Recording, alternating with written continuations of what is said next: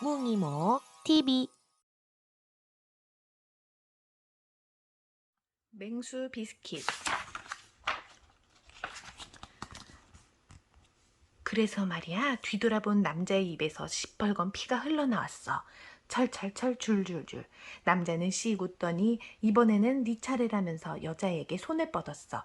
여자의 고기를 아주 좋아하거든. 여자애는 도망치려고 했지만 결국은 잡혔지. 그리고 요란한 울음소리에 신녀는 무서운 이야기를 멈추었다. 여동생 에미가 막 울면서 방을 뛰쳐나가 버렸다. 신녀는 조금 못마땅했다. 뭐야, 이제부터가 재미있는데. 방 건너편에서 엄마의 화난 목소리가 들렸다.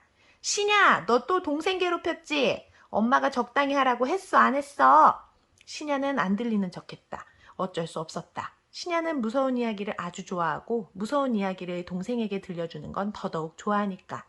겁쟁이 애미 얼굴이 점점 굳어지다가 결국 울음을 터뜨리는 모습이 신야는 너무너무 재미있었다. 엄마한테 야단을 맞고 꾸중을 들어도 도무지 그만둘 수가 없었다. 심술쟁이 오빠라는 걸 알지만 그래도 역시 재밌는 건 재밌는 거다. 다음엔 어떤 이야기 해줄까? 다음날 신야와 에미는 상점가에 심부름을 갔다. 저녁 반찬으로 감자 샐러드와 닭튀김을 사야 했다. 엄마는 반찬거리를 모두 산 뒤에 과자를 하나씩 사도 좋다고 허락했다. 심부름을 하다가 신야는 무서운 이야기 하나를 가볍게 들려주었다. 에미는 듣기 싫어서 달아나고 싶었다. 하지만 엄마가 심부름 중에는 오빠의 손을 꼭 잡으라고 했기에 달아나지도 못했다. 눈물이 그렁그렁한 동생 얼굴을 보고서 신야는 만족스러웠다. 너도 이제 제법인데? 좋아. 이번에는 우리 학교에서 죽은 여자의 얘기를 해줄게. 그 애는 유령이 됐는데 말이야.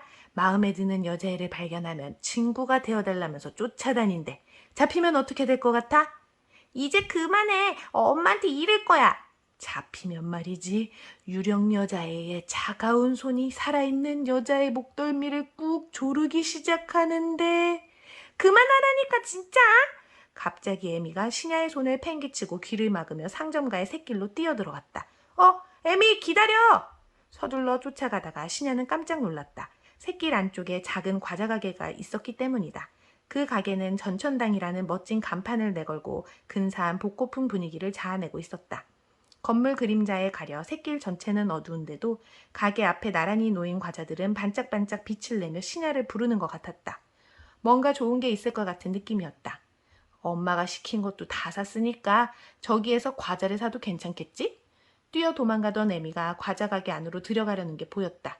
저 야가 빠진 녀석. 신야는 에미한테 좋은 걸 뺏길까봐 허둥지둥 과자 가게로 뛰어갔다.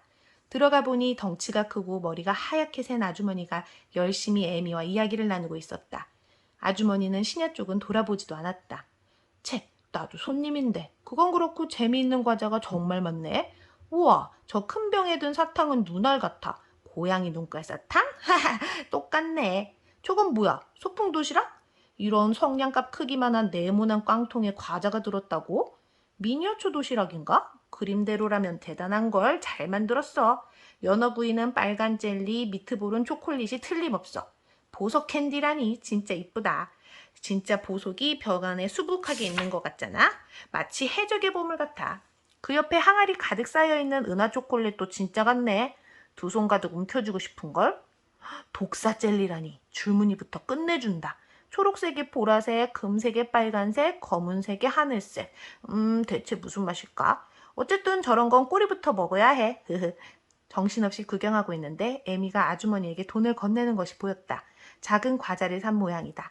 아주머니는 매우 만족스럽게 고개를 끄덕였다. 2001년에 발행한 50엔 동전이군요. 오늘의 동전입죠. 오늘 장사는 이걸로 끝났습니다. 대단히 고맙습니다, 꼬마 아가씨. 그쪽 꼬마 도련님도 조심해서 돌아가십시오. 네, 잠깐만요. 저도 과자 살 거예요. 신야가 당황하며 소리쳤다. 너무나 사고 싶은 게 있었기 때문이다. 그것은 선반에 놓여있던 조금 큼직한 상자였다. 사자와 호랑이, 고릴라가 거칠게 으르렁거리는 얼굴이 그려져 있었다. 그 위에는 맹수 비스킷이라고 빨간색으로 크게 쓰여 있었다. 신야는 맹수 비스킷을 본 순간 알 수 있었다. 이것이야말로 나를 위한 과자다. 하지만 아주머니는 쌀쌀 맞았다. 도련님한테는 팔지 않겠습니다. 행운의 손님은 이쪽 꼬마 아가씨예요. 도련님은 그냥 따라온 것뿐이니까요. 아쉽지만 다음에 오십시오. 행운이 따른다면 다시 이곳에 오실 수 있을 테죠. 애미한테는 팔았잖아요. 나도 돈 있다고요. 하지만 그것은 제가 원하는 돈이 아닙니다. 뭐라고 하셔도 안 되는 건 안 됩니다. 아시겠습니까? 험한 꼴 당하고 싶지 않으시다면 그 상자를 제자리에 두시는 게 좋겠습니다. 그게 신상에 좋을 거예요. 소름 끼치는 목소리로 아주머니가 말했다. 아주머니는 절대로 신야에게 팔 생각이 없는 모양이었다. 신야는 억울해서 귀까지 벌겋게 달아올랐다. 이 과자가 너무 갖고 싶다. 갖고 싶어서 미치겠다. 그래서 신야는 지금까지 한 번도 하지 않은 짓을 했다. 도둑질이다. 선반에 올려두는 척하면서 장바구니 안에 비스킷 상자를 슬쩍 떨어뜨렸다. 에미한테는 들키지 않았다. 에미는 자기가 산 작은 과자에 정신이 팔려서 보지 못했다. 주인 아주머니한테는 들키지 않았다고 생각했다. 하지만 신야가 가게를 나갈 때 아주머니의 눈이 의미심장하게 빛난다고 느꼈다. 그때 알았다. 아주머니는 알고 있다는 것을. 지금이라도 그만두십시오. 상자를 선반에 올려놓으시지요. 아주머니의 목소리가 들리는 듯했다. 하지만 신야는 장바구니 손잡이를 꼭 움켜쥐었다. 무슨 일이 있어도 설령 경찰에 붙잡힌다 해도 이 과자를 절대 놓치고 싶지 않았다. 신야는 그렇게 가슴을 벌렁거리면서 에미와 손을 잡고 집으로 돌아왔다. 오자마자 자기 방으로 뛰어들어가 상자를 물끄러미 보았다. 멋있어. 동물들도 죄다 무시무시하게 생겼어. 알맹이는 어떨까? 신야는 뚜껑을 열고 상자를 잡아당겼다. 대박! 맨 처음에 나온 것은 호랑이 비스킷이었다. 겉에는 검은색과 노란색으로 호랑이 그림이 그려져 있는데 진짜 호랑이 같아 보였다. 과자로 보이지 않을 정도였다. 아까워서 먹지 않고 다음 비스킷을 꺼냈다. 코브라가 나왔다. 진짜 코브라처럼 검은 비닐 무늬가 미끈미끈 빛났다. 이것도 먹지 않고 옆에 두었다. 다음은 뿔이 날카로운 코뿔소가 나왔다. 그다지 좋아하는 동물이 아니라서 신야는 코뿔소 비스킷은 먹어버렸다. 아주 맛있었다. 박쥐, 사자, 늑대, 고릴라, 전갈 모든 동물이 하나같이 사악하고 위험한 느낌을 풍겼다. 상자에 빼곡하게 들었던 비스킷을 하나도 빠지지 않고 모두 꺼냈다. 신야는 마지막에 꺼낸 비스킷을 보고 의아해했다. 그것은 사람이었다. 멋진 부츠를 신고 머리에 실크 모자를 쓰고 빨간 코트를 입은 남자였다. 손에는 긴 채찍을 쥐고 있었다. 이건 아마 맹수 조련사인가 봐. 신야는 비스킷 8장을 먹지 않고 가지고 있기로 했다. 비스킷을 접시 위에 올려두고 서로 싸움을 시키며 놀았다. 으아, 킹코브라의 습격이다. 그때 호랑이가 튀어나와 이런 당했다. 킹코브라 맹독에는 아무도 못 당하겠지. 후훗. 하지만 흡혈박쥐가 구해주러 날아왔다. 코브라의 독을 빨아내고 호랑이를 구해라. 사자도 덤벼. 나와서 밥 먹어. 신야는 혼자서 신나게 놀다가 엄마가 부르는 소리에 방으로 나왔다. 저녁 반찬은 당연히 감자 샐러드와 닭튀김이었다. 우적우적 밥을 먹고 있는데 전화가 걸려왔다. 가까이에 사는 할머니였다. 옷장을 정리하다가 도저히 손 쓸 수 없는 상태가 되어버려 엄마한테 와서 도와달라고 했다. 저녁밥을 먹고 엄마는 부랴부랴 할머니 집으로 뛰어갔다. 아빠도 2시간 정도는 더 지나야 회사에서 돌아온다. 집에는 신야와 에미만 남았다. 에미는 아까부터 작은 종이를 열심히 읽으며 무언가 중얼거리고 있었다. 공부라도 하나? 어쨌든 단둘이 남게 되자 신야는 잘 됐다고 생각했다. 맹수 비스킷을 가지고 피로 얼룩진 이야기를 에미한테 들려줘야지. 에미야, 게임하자. 지금 갖고 올 테니까 기다려. 그렇게 말하고 신야는 자기 방으로 향했다. 그런데 문 앞에서 뭔가 이상하다는 걸 눈치챘다. 아무도 없는 방에서 덜그럭 하는 소리가 나는 것이다. 게다가 그르렁거리며 뱃속부터 올라오는 것 같은 울부짖는 소리도 들렸다. 무슨 소리지? 창문으로 고양이라도 들어와서 발버둥치나? 왠지 좀 무서워서 신야는 살짝 문을 열고 안을 들여다보았다. 눈앞에 믿을 수 없는 광경이 펼쳐지고 있었다. 방에 두었던 맹수 비스킷들이 살아난 것이다. 호랑이, 박쥐, 고릴라, 사자, 전갈, 코브라, 늑대. 모든 맹수들이 눈이 번뜩번뜩 빛내면서 이빨을 들이내고 있었다. 그리고 채찍을 든 맹수 조련사 비스킷을 에워쌌다. 맹수 조련사가 사정없이 채찍을 휘두르는데 맹수들은 꿈쩍도 하지 않았다. 천천히 원을 좁혀가고 있었다. 마침내 늑대가 덤벼들었다. 뚝 하고 맹수 조련사의 팔 한쪽이 떨어져 나갔다. 이어서 전갈, 사자가 차례로 달려들었다. 눈 깜짝할 사이에 맹수 조련사는 아작아작 먹혀버렸다. 맹수들은 조련사를 눈곱만큼도 남기지 않고 다 먹어치웠다. 그리고 다음 먹이를 찾아 킁킁대며 주변의 냄새를 맡았다. 신야는 무서운 사실이 깨달았다. 맹수들은 아까보다 몸집이 더 커져 있었다. 이제는 호랑이 발끝에 날카로운 발톱도 또렷하게 보였다. 들키면 어떡하지? 아니, 겁낼 거 없어. 저 녀석들은 그저 비스킷이잖아. 난 주인이라고. 내 말을 안 들으면 밟아서 뭉개서 먹어버리면 그만이야. 신야는 큰맘을 먹고 방 안으로 들어갔다. 어이, 조용히 해! 맹수들은 가만히 신야를 노려보았다. 그 눈에서 이글이글 증오의 불꽃이 타오르는 것 같았다. 몸집도 한층 더 커진 것처럼 보였다. 사자가 한 걸음 앞으로 나왔다. 자, 앉으라고 했지! 그러나 전혀 말을 듣지 않았다.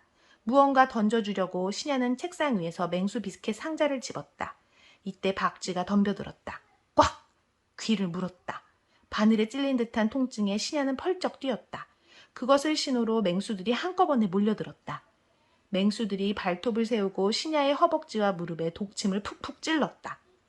신야는 죽을 힘을 다해 발버둥을 쳐서 맹수들을 뿌리치고 방에서 뛰쳐나왔다. 문을 단단히 잠갔지만 맹수들은 포기하지 않았다. 으드득 으드득 쿵쿵. 문을 긁어대는 소리가 점점 커졌다.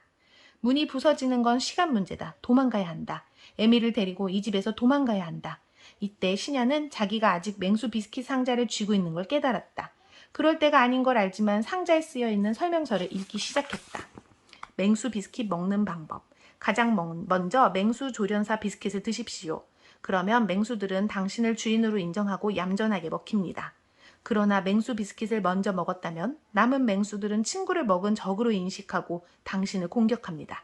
아주 위험할 수 있으니 먹는 방법을 혼동하지 않도록 조심하십시오. 뭐야, 너무 늦어버렸잖아 이거. 신야는 자기도 모르게 소리를 질렀다. 먹는 방법이 있을 줄은 생각지도 못하고 코뿔소 비스킷을 먹어버린 게 아닌가? 맹수 조련사는 맹수들에게 먹혀버렸고 이제 끝이야. 일단 도망치자. 도망치면 어떻게든 되겠지.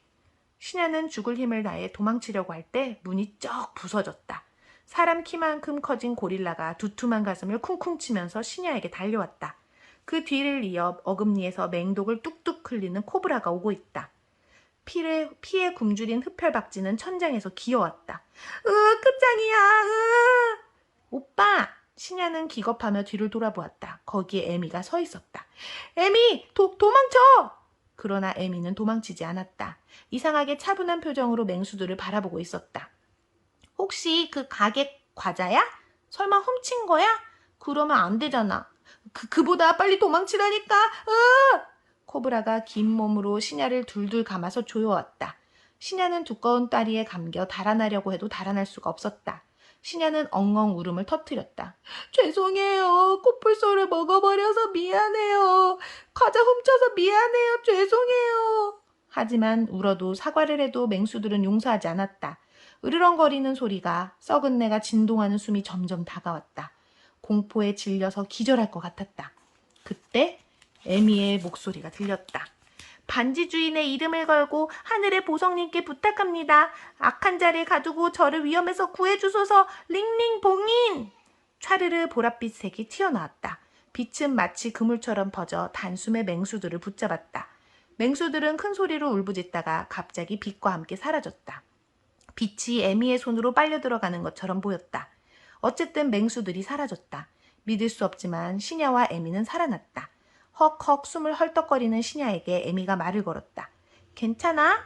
응, 근데 어떻게 된 거야? 헤헤, 이것 덕분이지. 에미는 자신만만한 표정을 지으며 오른손을 내보였다. 가운데 손가락에 커다란 반지를 끼고 있었다. 반지는 싸구려 플라스틱 재질이지만 엄청나게 큰 자수정 돌이 박혀 있었다. 이거 반지 사탕, 그 과자 가게에서 산 거야. 반지 사탕이라고? 응, 부적 같은 사탕이야. 주문을 외우면 무서운 걸 빨아들여. 이 보석 부분이 사탕이야. 그래서 무서운 걸 빨아들이면 빨아들일수록 달아져. 에미는 날름 사탕 부분을 빨더니 실끝 신야를 보았다. 주문도 완벽하게 외웠어. 그러니까 오빠도 앞으로 조심하는 게 좋을걸? 너무 무서운 얘기를 하면 내가 이 반지를 써버릴 수도 있어. 그러면 오빠도 반지 사탕에 봉인될지 모르잖아.